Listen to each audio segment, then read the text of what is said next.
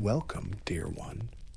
Tonight, we begin another quiet journey, one of many in this series called The Inner Return. These are stories that do not seek answers in loud places. They unfold not through grand events, but through stillness, through things not easily seen, through what happens in silence, in soft steps, and in hearts that have grown quiet. This evening's story is part of that path, a walk, not toward somewhere, but inward toward something already here, waiting beneath the noise. Outside the wooden temple hall, twilight has softened the outlines of all things. The stones beneath the colonnade are warm from the day, but cooling now under the hush of evening air. Incense still curls upward from the altar, a thin spiral of fragrance dissolving into the shadows. Lanterns are not yet lit. The sky holds the last embers of light, a blue so deep it feels like breath held between heartbeats. There is a monk walking slowly beneath the tamarind trees.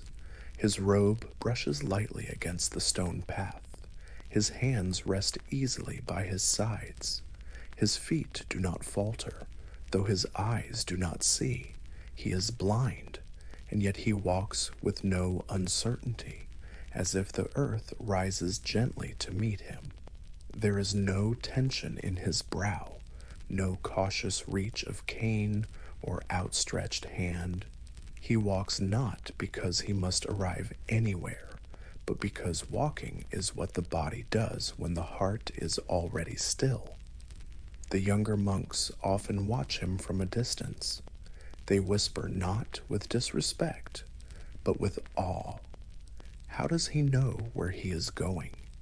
How can someone who sees nothing move like someone who sees everything tonight? One of them lingers longer than usual, sitting cross-legged at the foot of a pillar, his hands loosely clasped in his lap. He doesn't speak, not yet. He simply listens to the soft scuff of cloth and heel and the occasional whisper of breeze through Bodhi leaves. The older monk pauses beneath the long archway where the shadows pool deepest. He tilts his head slightly, as if feeling the shape of silence itself. He does not seem surprised by the presence of the boy nearby, nor does he reach for him. The quiet between them holds no expectation, just space, and into that space, the night begins to deepen slowly, like ink spreading in water. No words are exchanged, yet something settles, the way dust settles after being stirred, or the way a bell's last tone hovers in the chest long after the ringing has stopped. The blind monk turns slightly, facing the open path again. His breath is steady. His presence, even in stillness, feels like movement, a kind of walking that doesn't leave footprints, a kind of seeing that doesn't need eyes. The blind monk steps forward again. The sound of his sandals brushing stone is steady, patient. The younger monk watches him move, a silent tug inside his chest, part curiosity, part reverence, and something else he doesn't name. He rises to his feet and approaches, his own steps unsure, though he can see perfectly. When he reaches the older monk, he hesitates, then softly, he speaks. "May I walk with you tonight?" There is a pause, not of doubt, but of space. The blind monk turns his head toward the voice. He nods not with dependence, but with calm acceptance. His hand lifts, not to grasp, but simply to acknowledge. The younger monk does not take it. Instead, he walks beside him, just close enough that their robes sometimes brush in the breeze. And so they begin, two figures, one old, one young, one with eyes that no longer open, and one whose gaze constantly flickers across the world, never quite still, yet tonight, in this moment, their steps slowly align. The older monk does not ask to be led.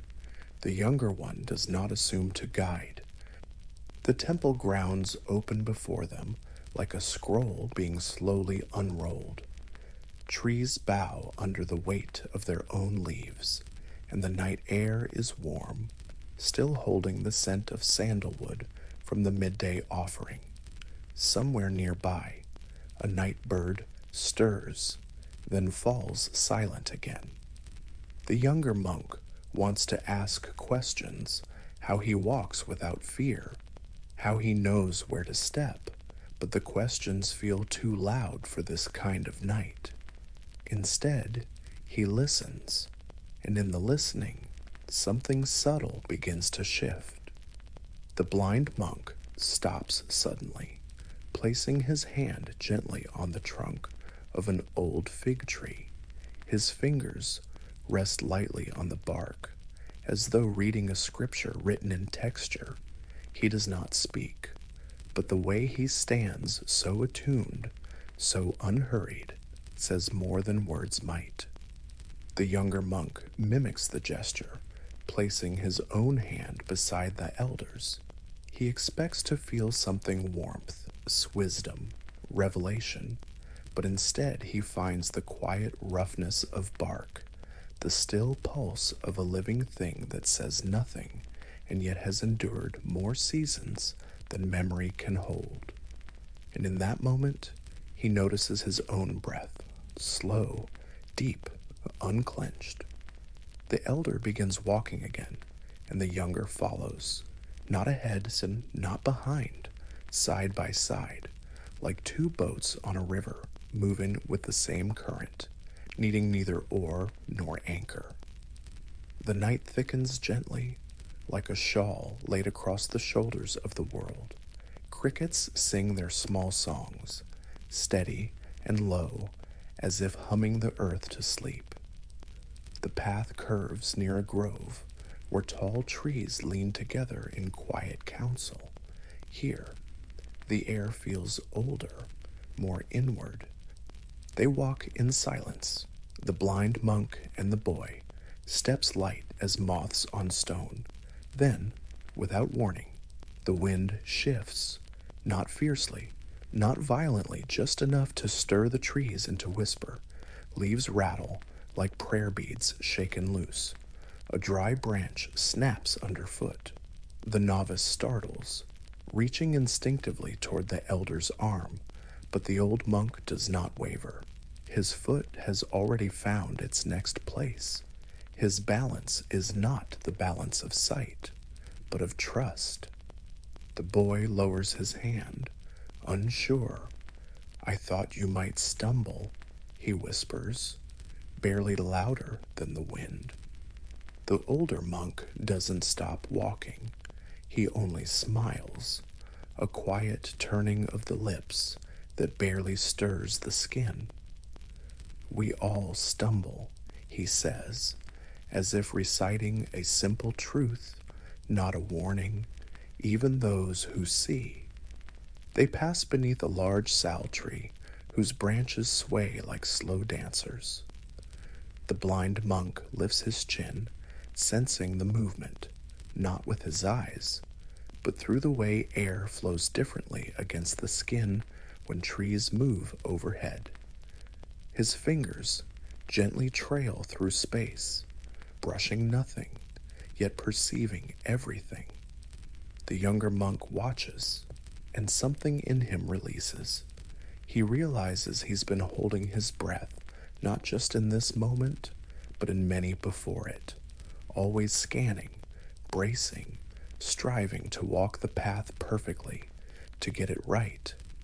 And yet here is a man walking without sight, guided not by certainty, but by stillness. They pause at a place where the wind gathers in a bowl between the trees. The elder monk reaches down and lifts a small, fallen branch. He holds it out to the younger monk. It's dry, twisted, thus brittle. He presses it gently against his knee, and it snaps in two without effort.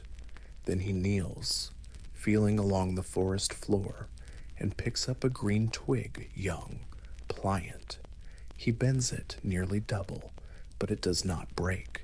He doesn't explain.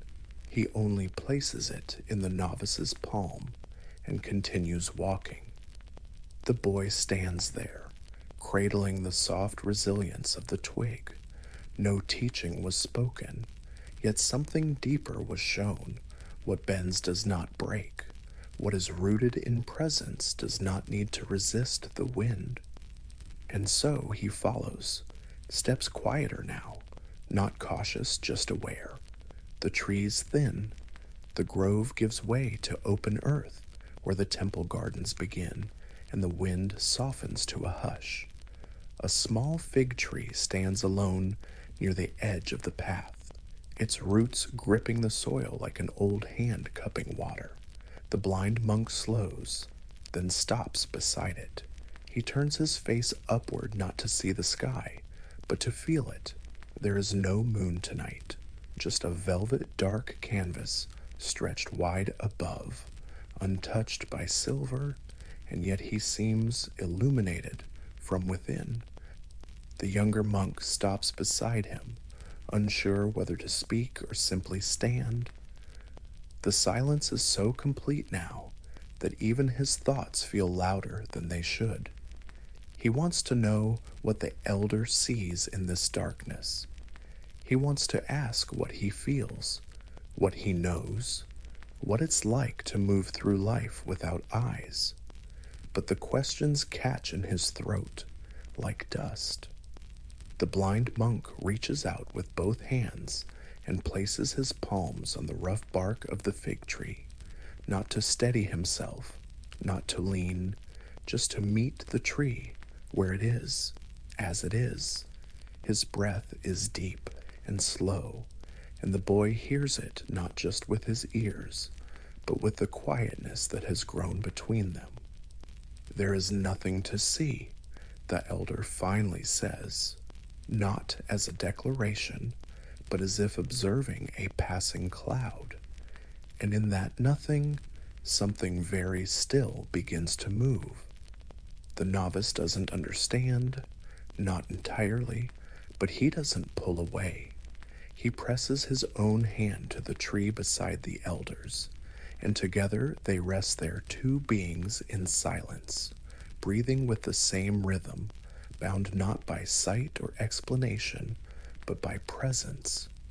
In that stillness, he begins to notice what he had overlooked: the coolness of the bark beneath his fingers, the scent of crushed basil nearby, the way the tree hums not audibly, but with a slow, living pulse, like the echo of a drum struck long ago.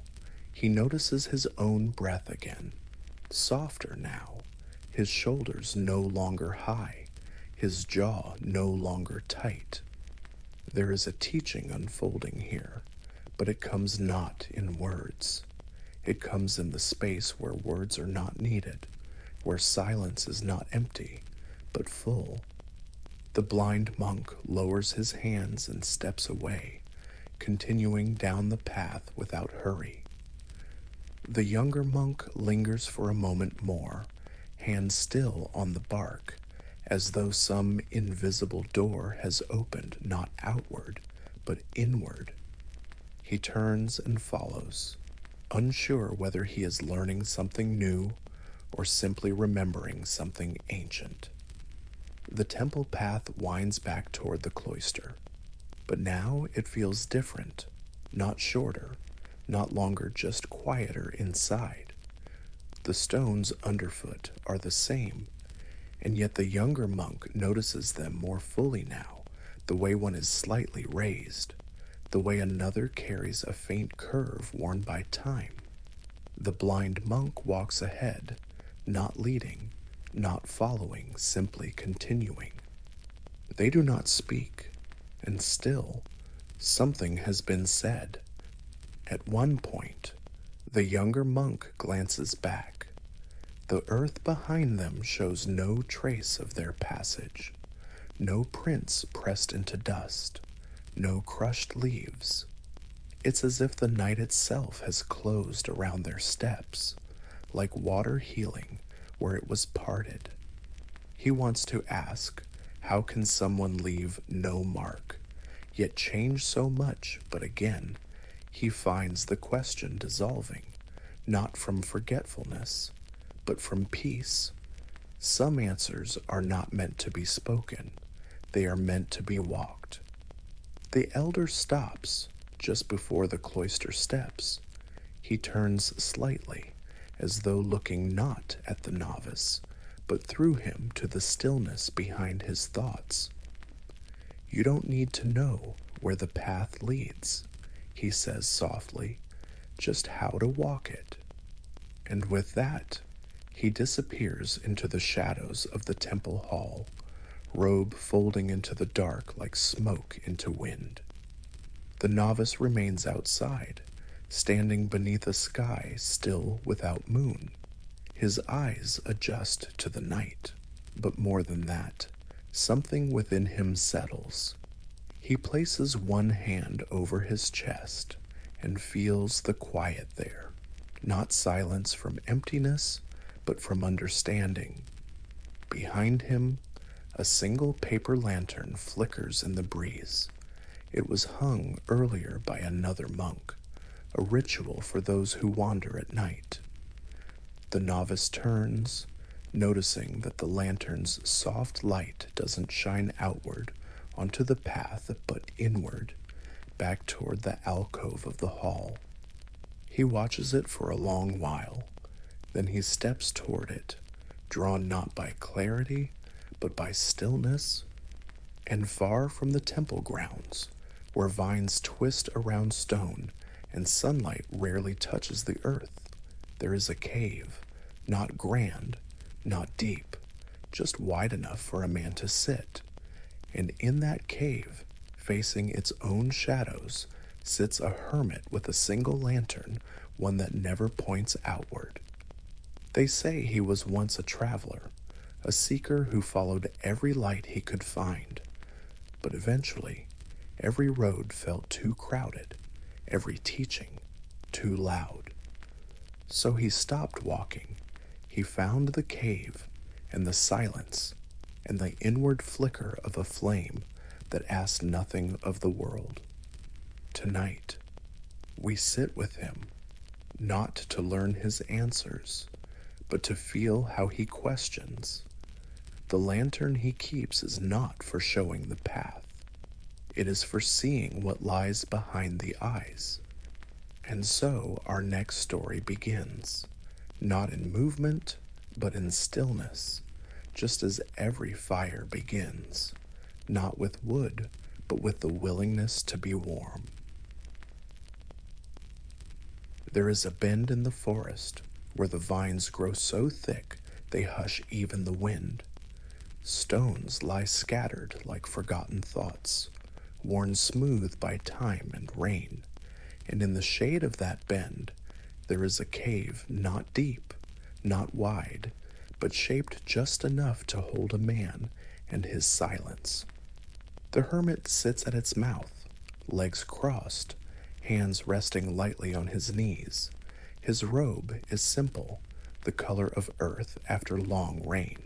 Behind him, the walls of the cave breathe cool air. Before him, the jungle breathes with life. He watches neither. He is not turned toward the forest, or the sky, or the path that once led him here. He sits as if listening not to sound, but to something beneath sound. There is a lantern beside him, small, clay-bodied. Its flame is steady despite the breeze, burning low with oil made from pressed fruit seeds and ash. It does not light the path beyond the cave. It does not guide travelers, does not signal anyone passing. It faces inward, toward the cave wall, casting its glow not outward, but into shadow. They say the hermit once walked with monks and kings alike, that he debated under banyan trees, taught in courtyards, walked roads lined with eager students, but one day he stopped speaking, he stopped traveling, not out of bitterness or fatigue, but because the noise within him had grown louder than anything outside. He came here, to this small hollow in the hill, carrying nothing but his bowl and the lantern, and here he has remained, not waiting, not retreating, simply dwelling in stillness. There is a bird that visits him often, a dark-throated myna that perches on a nearby branch.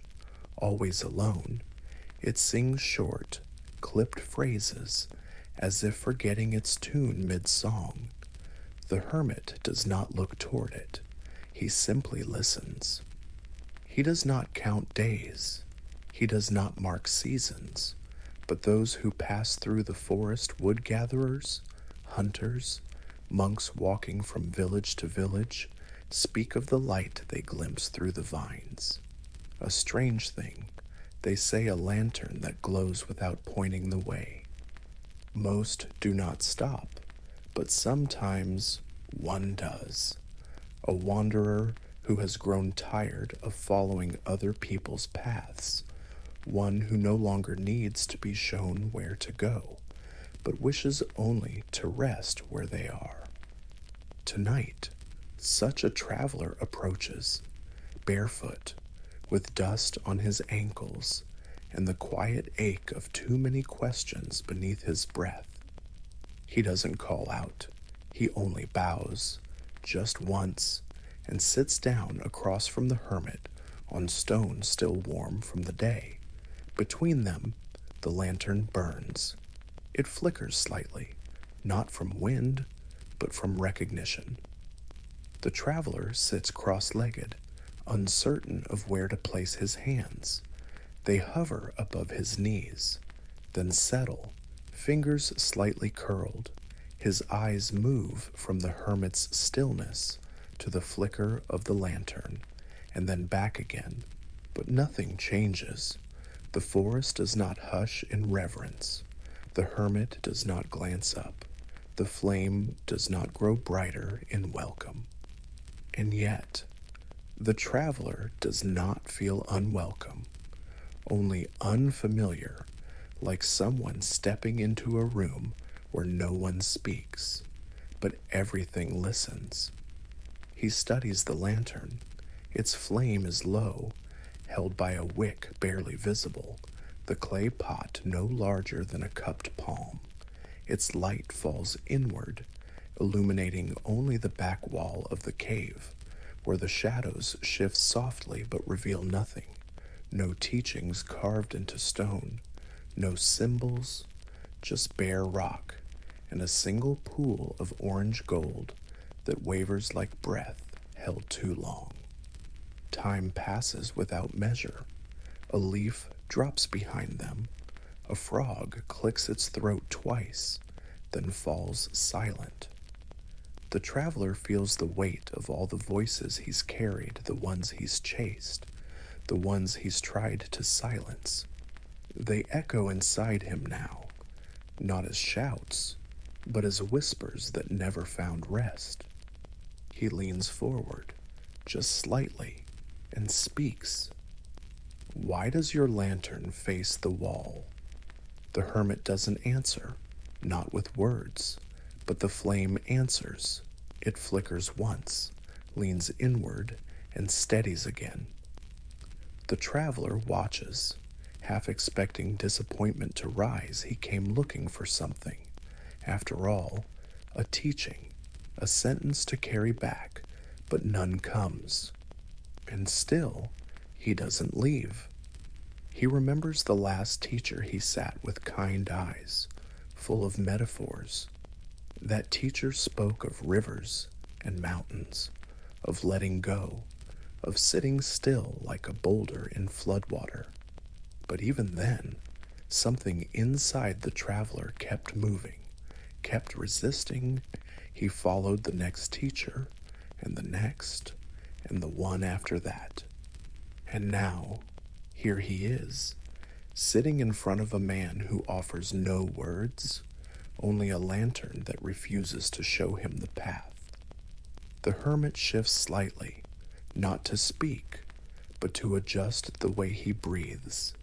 It's subtle, barely more than a ripple, but the traveler notices. He notices how the hermit's inhale is soft, but not shallow, how the exhale disappears into the forest air without force. And suddenly, the traveler becomes aware of his own breath, ragged, held in, then pushed out too quickly, like someone trying to make space by forcing emptiness. He softens. He doesn't know why, but he softens. His eyes no longer search the cave wall. They rest there, on the dull stone behind the flame, and in that resting, the questions begin to lose their urgency. Not vanish, just settle, like dust on a still bowl. The flame flickers, steady but soft, casting shapes along the wall that mean nothing and yet somehow feel familiar. The traveler sits motionless now, not from discipline, but from something gentler, something like surrender. He doesn't know how long it's been.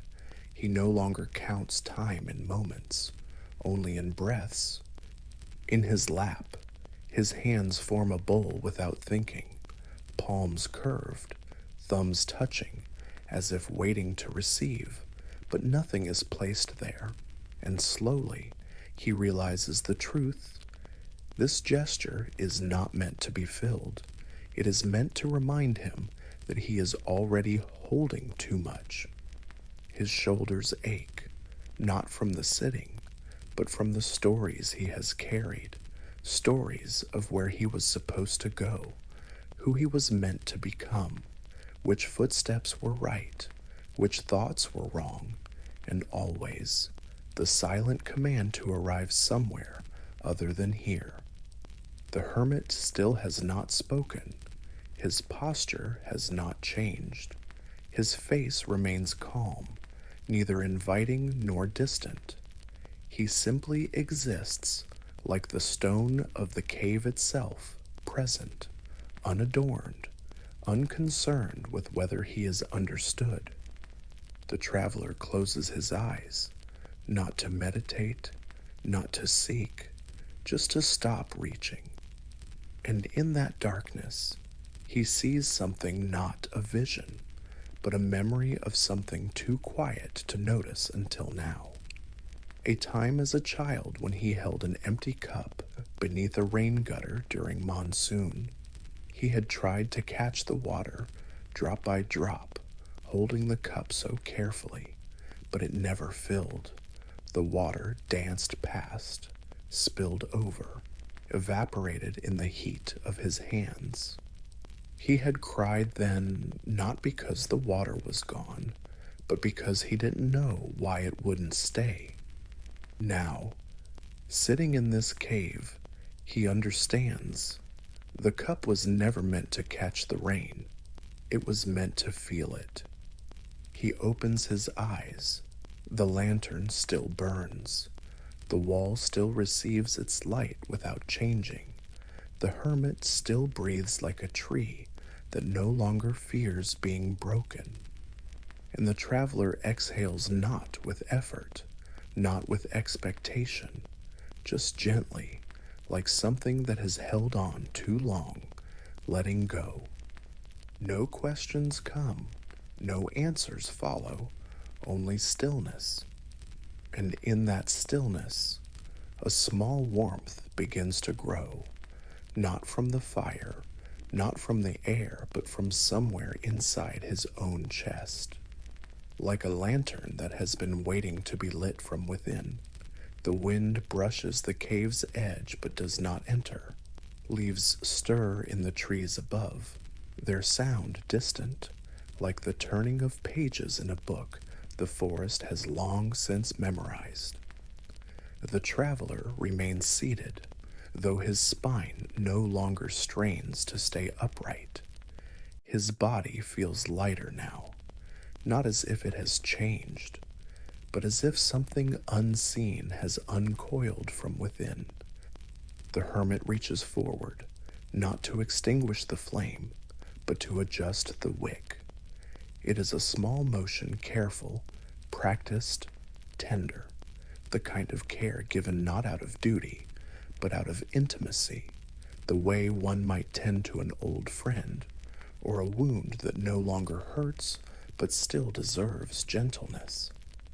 The flame steadies once more, casting the same inward light, no brighter, no dimmer, just the same small presence, always burning toward silence. The traveler watches, and for the first time, he feels no impulse to ask what it means. He does not ask why the lantern faces inward. He does not wonder whether he should sit longer or leave. The part of him that always needed instruction has grown quiet. He shifts slightly, feeling the coolness of the stone beneath him. The sound of his own breath is now a companion, not a distraction. He feels it move through him the way wind moves through bamboo without resistance, without needing to linger. A thought rises that perhaps the lantern is not there to reveal what is outside or even what is hidden, but simply to remind one that light does not have to travel to be real, that a flame need not perform to be complete. And he thinks, too, of the many lanterns he had followed before, the teachings that promised insight, the voices that glowed brightly but turned hollow when he drew near. He had always thought the problem was him, that he could not understand, that he was not ready. But now, sitting here, he sees it differently. Maybe the path was never meant to be lit ahead. Maybe it was meant to grow clearer only as each step disappears behind you. The hermit lifts the lantern and turns it slightly, not to face the traveler, but to angle it just enough that the traveler's own face catches its warmth. The flame remains pointed inward, but now its glow reaches outward, just enough to touch the corner of another's being. Not to teach, not to lead, just to share warmth. The traveler does not smile, not outwardly, but something softens, deeply. And for the first time in many nights, he no longer wonders where he is going. Night thickens again beyond the trees, folding gently over stone and root. The jungle, once restless with whispers and wings, has settled into its slow breathing. The flame in the cave burns low now, not out of weariness, but as if it knows its work has been done not through words, but through presence. The traveler remains seated, unmoving, yet no longer still from effort. Something within him has stopped reaching, not because it gave up, because it returned. The hermit places the lantern back on the stone beside him. He does not speak, he does not gesture, he does not ask the traveler to stay or to leave. And the traveler understands there is nothing more to receive, because nothing was ever withheld. He rises slowly, careful not to disturb the quiet that now moves with him like a second robe.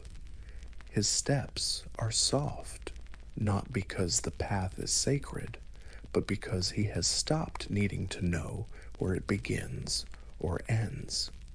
At the edge of the grove, he pauses. The cave behind him fades into shadow, the flame no longer visible, but he does not look back. The light is inside now, and in another part of the forest, where the air grows dense with memory and the roots of old trees stretch deeper than stories can reach. There is a grove, not hidden, not revealed, simply there, waiting. And at its center, there stands a tree, no longer young, not yet fallen, a Bodhi tree whose branches curve wide like arms that remember every pilgrim who sat beneath them. Its bark bears no inscription. Its leaves do not whisper secrets, but it has seen much. At its base is a man.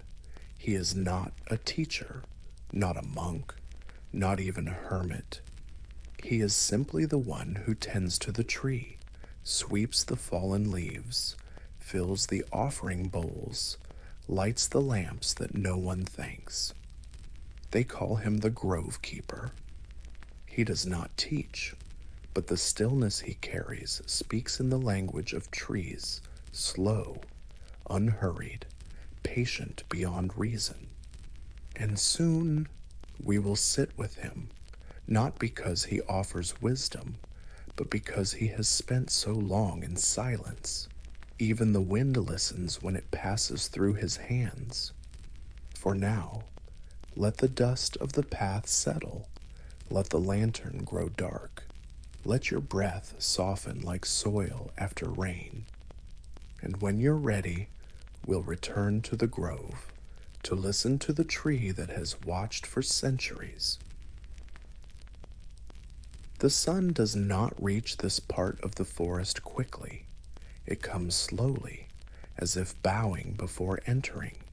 Even the birds grow quieter when they pass above this grove. The air here is thick, not with heat or scent, but with memory. And in the middle of it stands the tree. Its trunk is wide, its bark rough but steady. The roots twist into the soil like slow rivers sinking deep into earth that has never been turned. It is a Bodhi tree, old, quiet, unshaken. Its leaves shimmer even when the wind is still, as if recalling some motion from long ago.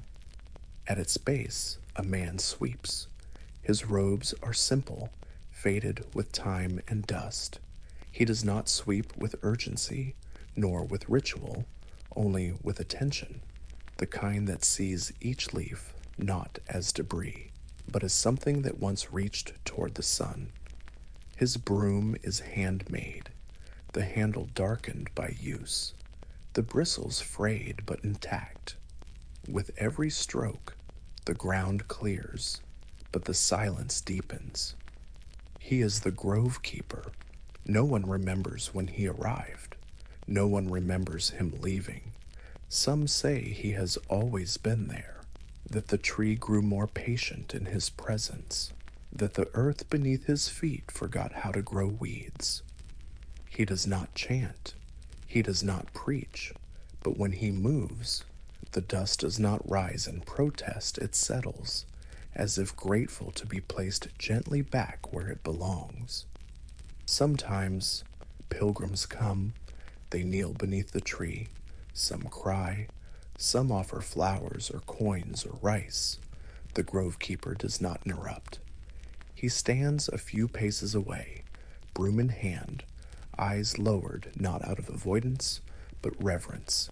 He knows this is not his moment, it is theirs. And when they leave, he steps forward again, gathers the fallen petals, returns the bowls, resumes the sweeping, as if to say all things bloom, all things pass, all things return. This morning, a small boy enters the grove. His feet are bare, his steps uncertain. He carries no offerings, only a look in his eyes wide, searching, not yet burdened by knowing. He does not speak, but he does not leave either. He watches the old man sweep, watches the leaves fall, watches the dust settle again and again. And for the first time in his short life, He wonders if stillness is not the absence of movement, but the presence of something deeper. The boy remains at the edge of the grove, half hidden behind a crooked trunk where moss grows like old laughter. He does not call out. He does not move closer, yet his presence is not lost on the grove keeper. The old man does not glance his way. His hands continue their motion broom, sweeping in slow arcs across the earthen floor, clearing what has already fallen, preparing space for what will fall next. The boy watches this rhythm with the hush of someone who senses that speaking might disturb something more important than words. The grove keeper pauses, not to rest, but to empty the pan he carries beside him. He bends with care, empties the dust into the roots of the Bodhi tree, and stands again in a single motion, so smooth it seems to echo 1,000 times into the silence. The boy steps forward now, not bold, not shy, just honest in his movement, like a leaf carried forward by wind it cannot name. He stops a few paces away.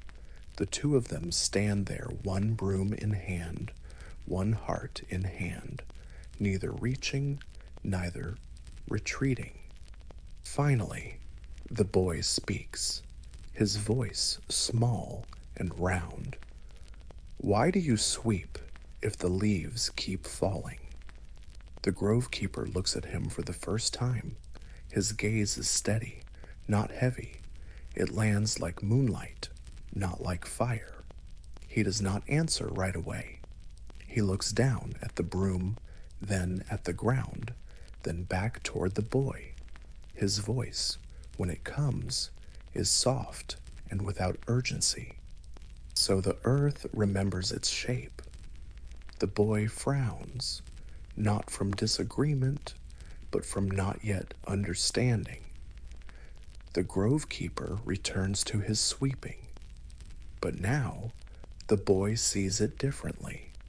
He notices how the broom never lifts too high, never digs too deep. It does not scatter the dust, only redirects it. He notices how the man does not rush to clear the space. He does not aim for perfection. He simply tends. And with each motion, something in the boy's own thoughts begins to settle. The buzzing, the darting questions, the restless wonderings, none are answered, but they grow quieter. He sits cross-legged on a low stone near the tree, watching the way the morning light filters through the canopy above.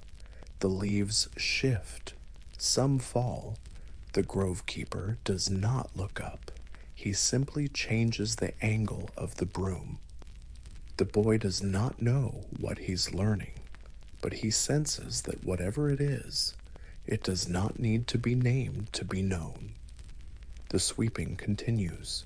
The earth breathes, and somewhere inside the boy, a question he did not know he carried begins to rest. The boy remains where he is, legs tucked beneath him, arms resting loosely in his lap. Around him, the grove continues its soft unfolding. A leaf spins slowly as it falls, catching a thread of light before landing soundlessly on the swept earth. The grove keeper no longer looks at the boy, but neither has he turned away. His body faces the tree, his broom now idle, resting against the crook of his arm. He stands very still, as if waiting for something, though there is nothing else to do. The tree looms above them, both not towering, not imposing, but present in the way only things that have seen centuries can be present. Its bark holds the color of ash and time. Its roots are deep enough to remember drought, rain, prayers, and silence. The boy watches the old man, then he watches the tree, then both, and suddenly he is not sure which is which. He opens his mouth, then hesitates, then speaks. Does the tree remember everyone who sits here? The grove keeper says nothing. His eyes are half closed, not from fatigue, but from something else perhaps listening, not to the boy, to the space between the question and the next breeze. And in that silence, the boy understands the tree does not remember names. It remembers weight, breath, warmth where someone sat, the way their grief settled into the roots, or how their joy flickered up the branches before being carried off by wind. He imagines all the people who must have come here, old women, travelers, monks, children. He wonders how many sat in this same place, asking the same questions, expecting something from the stillness. The grove keeper walks toward the base of the tree. He kneels. With both hands, he gathers a few of the newly fallen leaves, not to discard them, but to lay them gently in a small heap near the trunk. He smooths the soil with his palm, not as a task, as a gesture. The boy watches this and realizes something he cannot explain. This man is not tending the tree. He is in relationship with it, not as one cares for a possession, but as one cares for a friend who never speaks and yet always understands. The wind stirs again. The leaves shimmer. The air shifts, but does not move. And the boy, for the first time, feels that he is not in a place of worship, nor a place of learning, but in a place that has stopped needing to become anything other than what it is.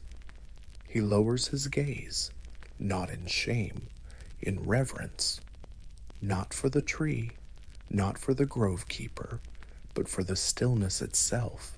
The sun has risen higher now, its light filtering through the leaves in soft fragments, dappled and shifting. The boy's shadow has grown long behind him, but he does not notice. His gaze is still settled near the base of the tree, where the grove keeper now places a small clay bowl, not to receive offerings, but to catch falling leaves. There is no ceremony, no chant, just a quiet placing of the bowl against the earth, as if to say even what falls has somewhere to rest. The boy leans forward slightly, drawn not by curiosity, but by calm. Is the bowl for the tree, he asks, his voice barely louder than a breath. The grove keeper, still kneeling, runs a hand over the smooth rim. He speaks without turning.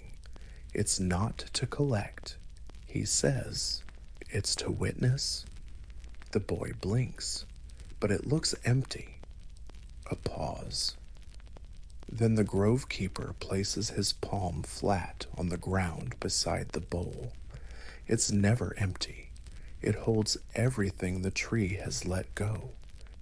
The boy stares at the bowl, at the single leaf now curled inside it, at the shadows it catches, at the light that lingers just long enough before moving on, and he begins to see it isn't about how much is in the bowl, it's about the space it offers. He looks at his own hands. He remembers how tightly he'd gripped things, answers, fears, names, memories. And now, for the first time, he imagines his palms like the bowl open, not asking, just ready. The grove keeper stands again. His knees creak softly, but his body holds no strain. He returns to his sweeping, not because the grove needs it, but because it is his way of listening, of staying close to what matters without clutching it. The boy rises too, stretching his legs with quiet care. He does not speak again. There are no more questions that need forming. He simply walks a little closer to the bowl and sits beside it. Above them, the tree stirs. A leaf loosens, twists, falls. It lands just outside the bowl this time, brushing the rim like a bell being rung with a whisper. The boy doesn't move to place it inside. He understands now it's not about gathering, it's about letting be. And the grove keeper, though his eyes never lift, seems to smile not with his face, but with the rhythm of his sweeping.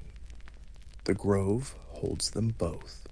The tree continues its slow watching, and somewhere between the light and the dust, a lesson is being carried, not taught, not spoken, just carried.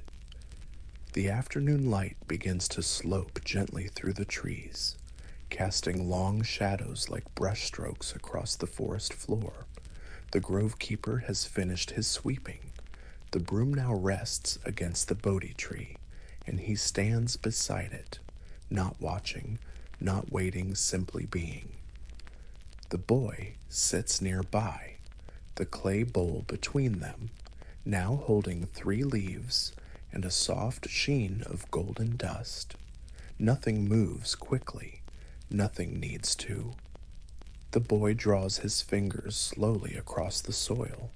He is not thinking, not shaping thought into words. He is only feeling the warmth of the earth, the hush of the branches above, the presence of the tree not towering, not teaching, but enduring in the way only stillness can. The grove keeper kneels once more, not to sweep, but to press his palms flat to the ground in silence. The boy copies him without instruction, 2 sets of hands resting on the same earth, 2 hearts settling into the same rhythm. And in that quiet moment, the boy understands that nothing has been taught, and yet something has been passed on, not like a torch, more like a breath. He stands without needing to say goodbye.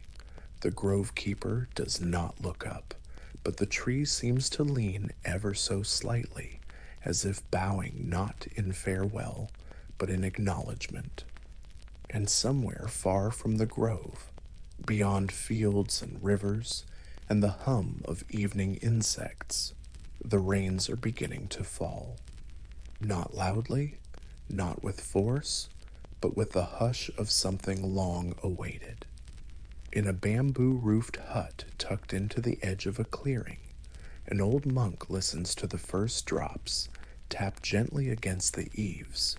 He sits alone, no disciples, no visitors, only the sound of water and the quiet inside his bones. It is the final rains retreat, the last season of stillness he will keep before his body returns to dust. But he does not grieve. He does not grasp. He watches the water gather in bowls outside, watches it ripple without urgency, and he remembers every life is like a rain season. It comes, it rests, and it passes. But some rains do not fall to be seen.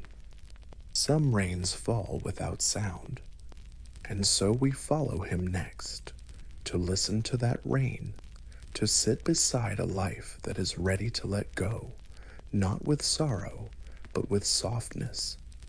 Our next story begins here, The Rain That Fell Without Sound, a story from the final rain retreat. The sky is heavy, but not dark. A sheet of silver stretches over the clearing, not with threat, but with promise. The trees are quiet, their leaves tilted upward, sensing what is to come, and beneath the wide eaves of a small bamboo hut, an old monk sits, watching the sky as one might watch a friend cross a distant field knowing they are near, knowing they will arrive in their own time. The hut is simple, a thatched roof, walls woven from dried leaves and reed. Inside, nothing rests unused: a folded robe, a low cushion, a wooden bowl still damp from the morning wash. The monk owns little, and even less that he clings to. He has seen many seasons, heard many rains, but this one feels different. Outside, on the earth packed smooth by decades of walking, 3 alms bowls sit in a row. Their mouths face the sky, not to ask, not to beg, but to be ready. Drops begin to fall, not in torrents, just single sounds at first, as if the clouds are exhaling slowly after holding breath too long. The monk does not move. His eyes remain soft, half lowered, as he listens. There is no chanting, no teaching, only the hush of water meeting metal, the hollow tap that echoes briefly, then fades. He has entered the rain's retreat many times before, in forest monasteries and mountain caves, in busy halls, and in silence so deep it swallowed even thought. But this retreat, he knows, will be the last, not because of illness, not because of sorrow, simply because the body is old now, and the rhythm of impermanence hums more clearly in his bones than ever before, and yet there is no fear. He reaches for a small cloth and lays it across his knees, not to shield against rain, but to anchor his hands. They rest there, still and warm, like 2 leaves fallen onto a stone path, no longer reaching, no longer holding on. Outside, the bowls begin to fill. The rain does not rush, it does not pour. It arrives with the gentleness of something that no longer needs to be heard. And in the stillness of that hut, with the scent of wet soil rising and the faint crackle of leaves beyond the door, the old monk closes his eyes. Not to sleep, not to escape, just to meet this moment more fully, with nothing left to resist. The rain deepens, not louder, just fuller. It gathers on the leaves of banana trees, collects in the corners of roof thatch, pools gently in the folds of upturned petals just outside the hut. Each drop lands without urgency. There is no storm, only the patient weight of water returning to earth. Inside, the old monk sits unmoving. His hands still rest beneath the cloth across his lap. The cloth itself has darkened in places where the humidity clings, softening it, like time softened stone.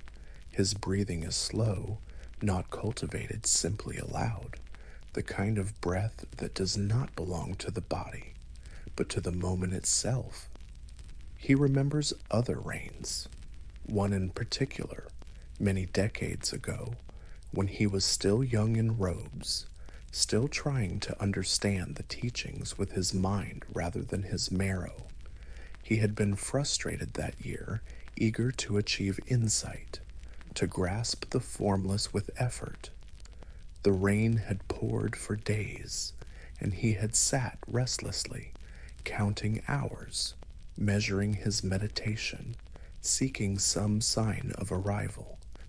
But nothing came, no vision, no peace, only rain.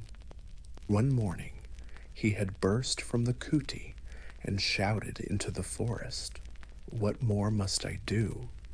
And the rain had answered not with speech, but with its continued falling.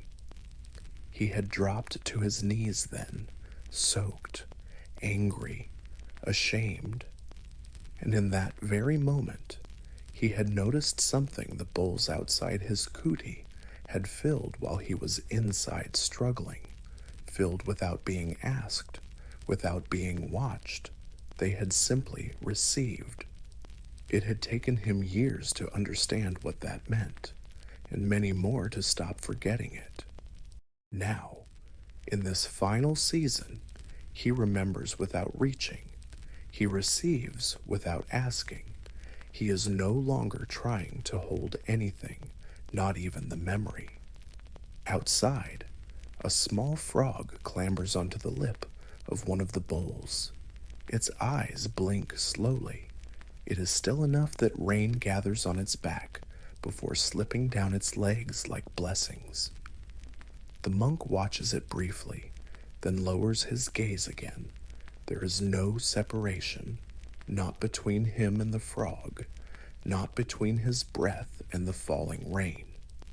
He shifts slightly, adjusting the cloth across his knees, not out of discomfort, but as a gesture of continued care. Even now, with his body growing thinner, with his skin lined like cracked clay, he moves with tenderness, not as one trying to preserve, but as one honoring what has always been passing. There is a kind of letting go that is noisy, marked by decision, effort, declarations. But this is not that kind. This is the kind of letting go that happens so gently. No one notices it has already begun. And still, the rain falls. The rain does not pause. It continues in its quiet rhythm, tapping softly against the bamboo slats above, sliding down the corners of the hut like a stream remembering how to flow. The sound is not one of intrusion, but of companionship. There is a kind of kindness in this rain, a presence that does not push, does not claim, only surrounds. The old monk lifts his gaze slightly. A bead of water clings to the edge of the inner roof beam. It grows fat and clear, reflecting the flicker of a single candle burning near the door. Then it falls not onto the floor, but into a small dish placed there long ago, precisely for this purpose.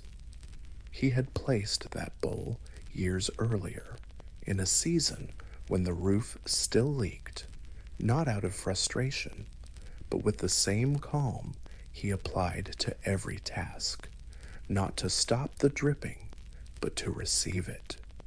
And now, though the roof no longer leaks, the bowl remains, still empty, still ready. He smiles faintly, not at the bowl, but at what it taught him, that sometimes fixing a problem is not as important as learning how to meet it without resistance. The roof had been patched in time, but it was the bowl that taught him how to wait. The candle flickers. Not from wind there is none, only from the breath of the room itself. Spaces have their own life.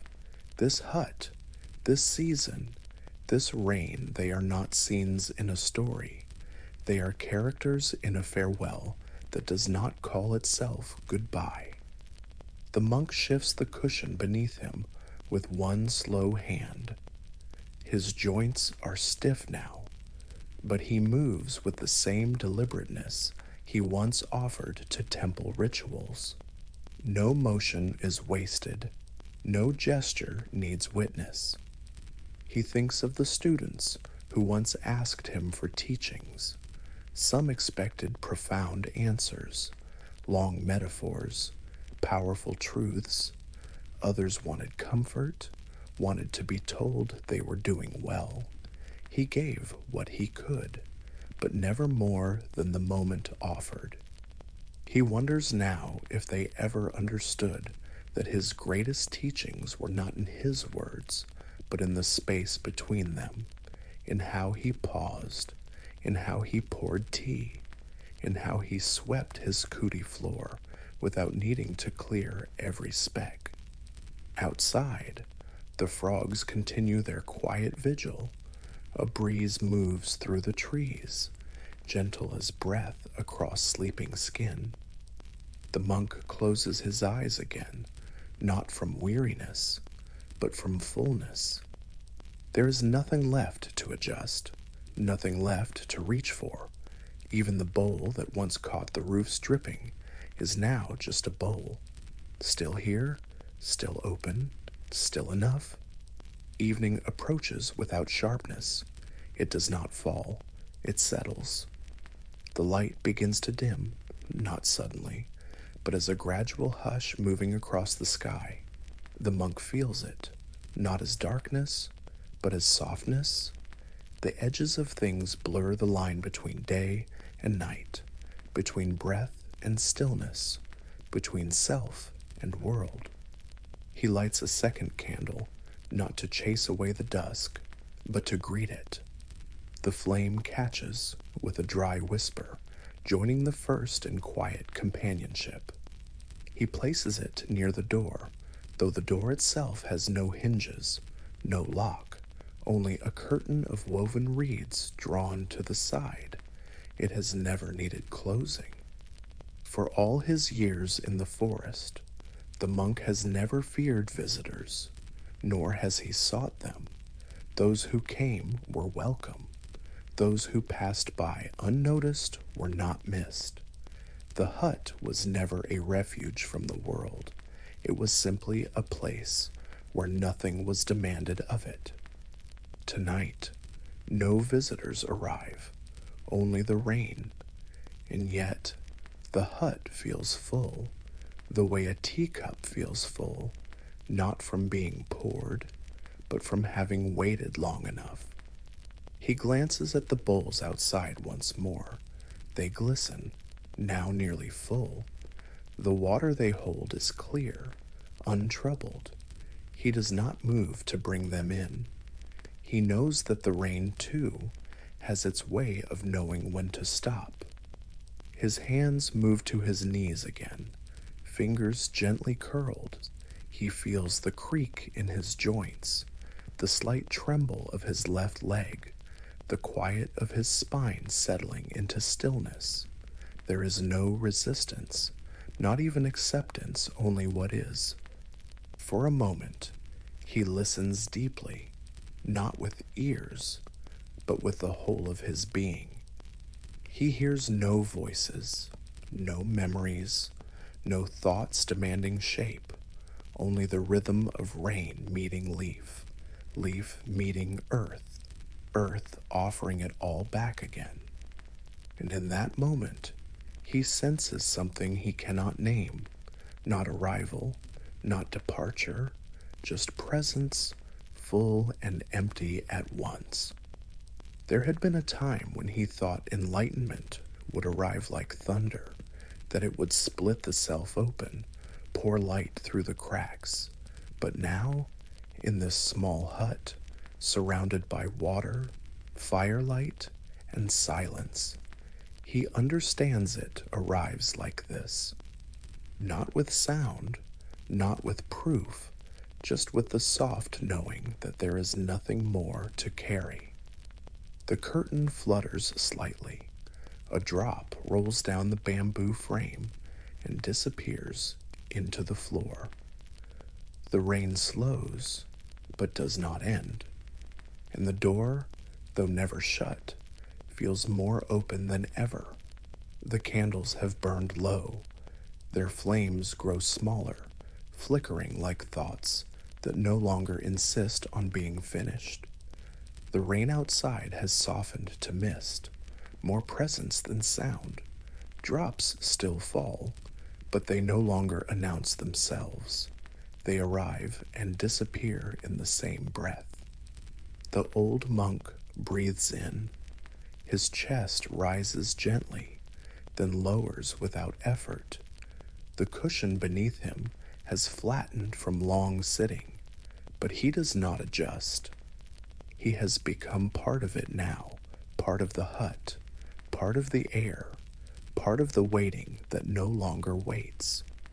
A single drop slides down the bamboo wall, finds its way to the floor, and rests in a shallow groove, worn by time and repetition. It does not move again. It does not need to. The bowls outside are full. The frog has left. The light no longer reaches the inside of the hut. But he does not need it to. There is nothing more to do. No final thought to offer. No last word. Only this breath, then another. And when he exhales again, something leaves with it, quietly, completely, like the last ripple fading from a still bowl of water. The hut remains. The bowls remain. The rain, too, remains, though now it falls without sound, and there is no one inside counting the drops. And elsewhere, perhaps not far, perhaps just beyond the next tree or memory, there is a small kuti on a hillside where another monk sits cross-legged on a straw mat. It is old, frayed at the edges, and one corner won't stay flat. It folds slightly, no matter how carefully he tucks it down. He has tried to fix it many times, smoothed it again and again, wondered if this small imperfection is a sign of his restless mind, wondered why he cannot sit in peace like the others. But tonight, as the candlelight leans against the wall and the silence settles once more into its place beside him, he looks at the folded corner and does not reach for it. He lets it be. This is where we sit next, on a mat that won't quite stay even, in the company of a monk who is learning, slowly, that stillness does not always mean symmetry. Our final story in this circle is the straw mat with one corner folded, a story of imperfect mindfulness. The mat had been with him since the beginning, given to him by his first teacher, passed from one kuti to another, across years and retreats and seasons that blurred like lantern light in fog. It was made of straw, rough in some places, worn smooth in others. And always, no matter how many times he sat, bowed, folded, and unfolded, it had one corner that curled just slightly, enough to catch his eye whenever he tried to still his thoughts. The monk now sat cross-legged upon it once again, the same corner, folded just so, tilted upward like a question that refused to lie flat. He had pressed it down before sitting, as always, but after a few breaths, it had lifted again, as always. Outside, the forest was still, not from absence of life, but from balance. The cicadas had quieted with the coming dusk. The wind had paused, as if giving space to something older than sound. Inside the small hut, everything was in place. A bowl beside the door, a folded robe near the wall, a lamp burning with a quiet flame, and in the center of it all, the monk sat, still, aware, watching not the world, but what rose within him.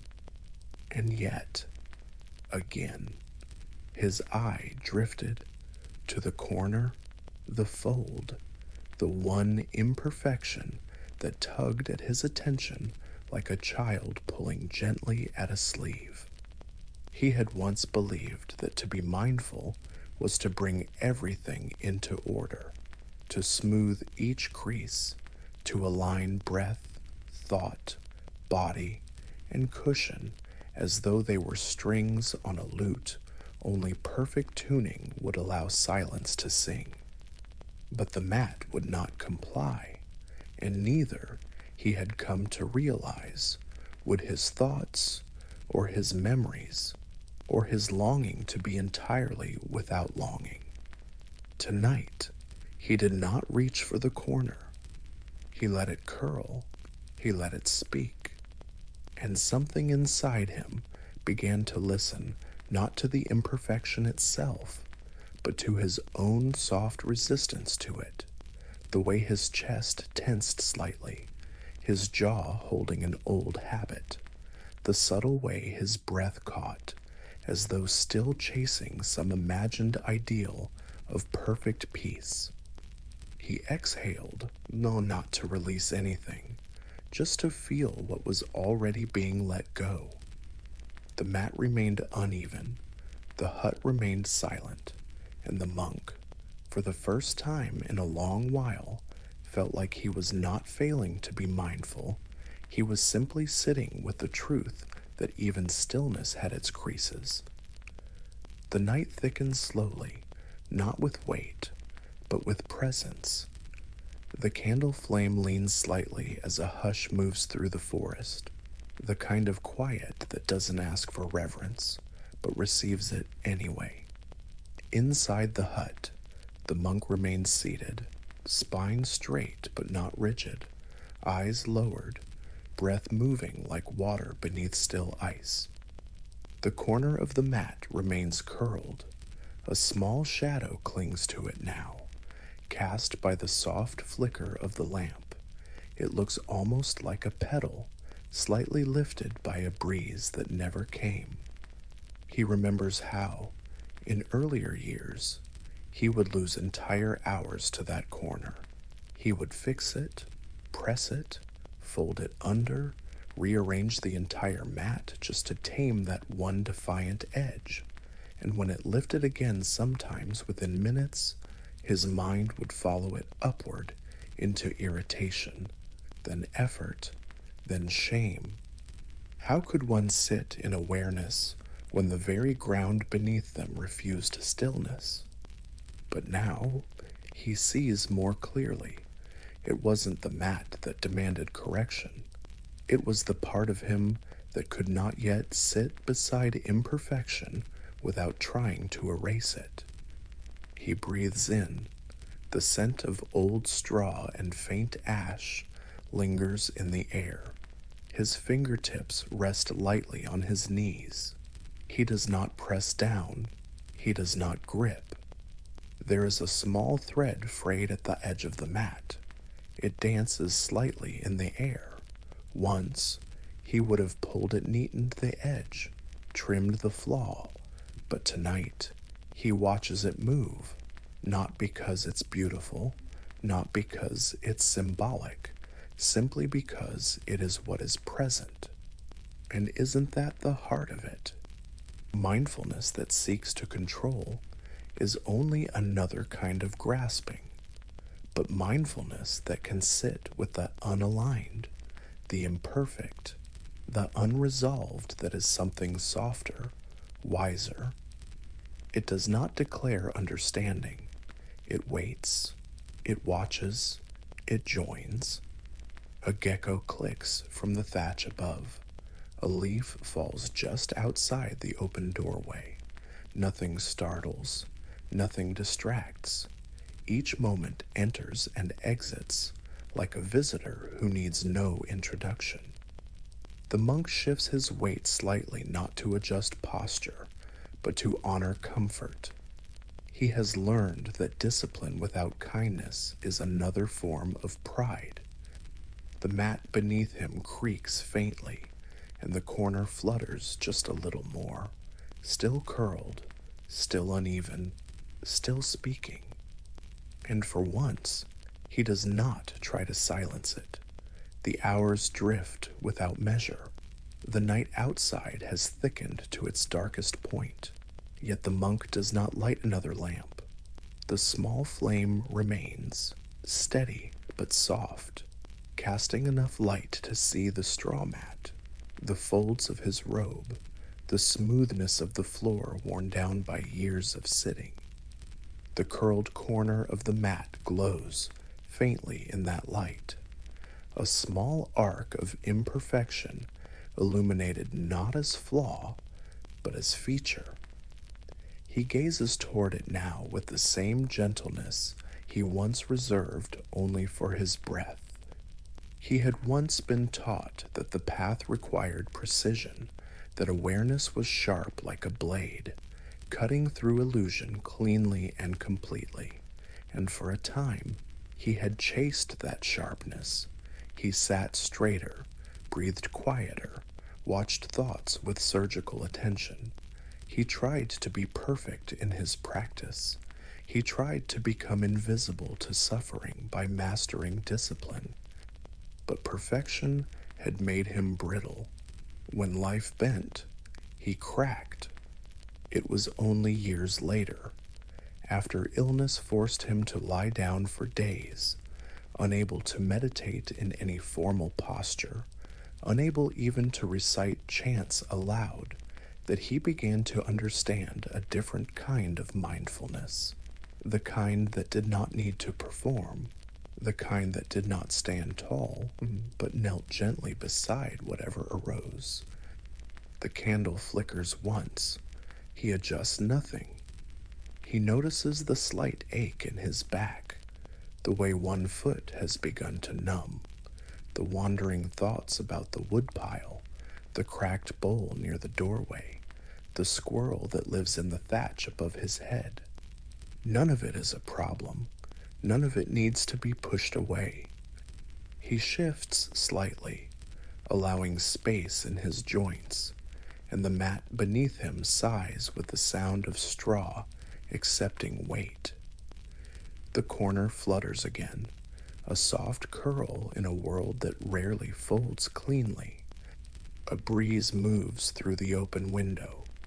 It carries no scent, no message, just the night's quiet breath, and the monk, rather than return his focus to his breath, lets the wind be his breath, lets the mat be his teacher, lets the moment be whole, even as it wobbles. Outside, somewhere far down the path, a branch cracks under the weight of something unseen. He does not react. The sound is not a disturbance. It is simply another part of now. And in the silence that follows, he realizes there is a kind of peace that comes not from fixing what is crooked, but from learning how to sit with it. He smiles barely, not out of triumph, out of relief. The mat is still uneven, but he is no longer trying to flatten what was never meant to be straight. The candle burns lower now. Its flame has shrunk into a quiet glow that no longer reaches the corners of the hut. The shadows grow longer, gentler, blurring the hard lines of wall and floor, of bowl and broom. The mat beneath the monk remains slightly uneven, the corner still curled, and yet the room feels whole. He shifts again, not to improve his posture, but to honor it. His back relaxes slightly, shoulders softening the way soil does after rain. The position he now holds would not be praised in a hall of strict meditation. His knees are no longer pressed firmly into the mat. His hands rest unevenly, one slightly higher than the other, but he does not move to correct it. There had been a time when his practice was full of tiny corrections, adjusting the tilt of the head, straightening the spine, rebalancing the weight between hips, as if stillness were a matter of architecture and the body a temple that must never tilt. Now, he understands something different. Stillness is not the absence of movement. It is the absence of struggle. A moth lands near the lamp, its wings pulsing gently in the glow.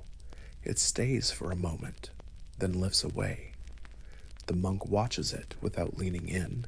It is there, then not there, just as thoughts are, just as aches are, just as every sensation arrives and passes with the same simplicity. He glances once more at the corner of the mat. It has folded slightly more now, nudged by the shifting weight beneath him. He He does not press it down. He doesn't even think to. His breath flows easily, no longer counted, no longer confined. The silence is not something he maintains. It is something that has arrived because there is nothing left to resist it. In this stillness, he sees the faces of those he once taught, some eager, some anxious, some earnest to get it right. He remembers how they asked for the exact way to hold the hands, the exact length of the breath, the exact number of bells before standing. And he remembers how often he had answered. Now, he wonders if he should have told them instead to sit with one corner folded, to let something always be imperfect so they would have something to make peace with. Outside, a soft rustling begins in the trees. Not wind, not animal, just the forest turning in its sleep.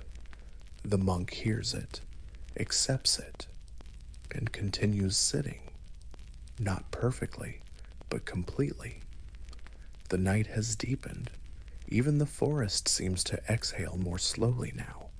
Outside, the moon is rising not brightly, not boldly, but softly, as though it too understands that nothing tonight needs to be illuminated. The straw mat beneath the monk holds the imprint of his body, like water remembers the curve of a passing hand. He remains seated, but something in him has finished, not the practice, just the effort.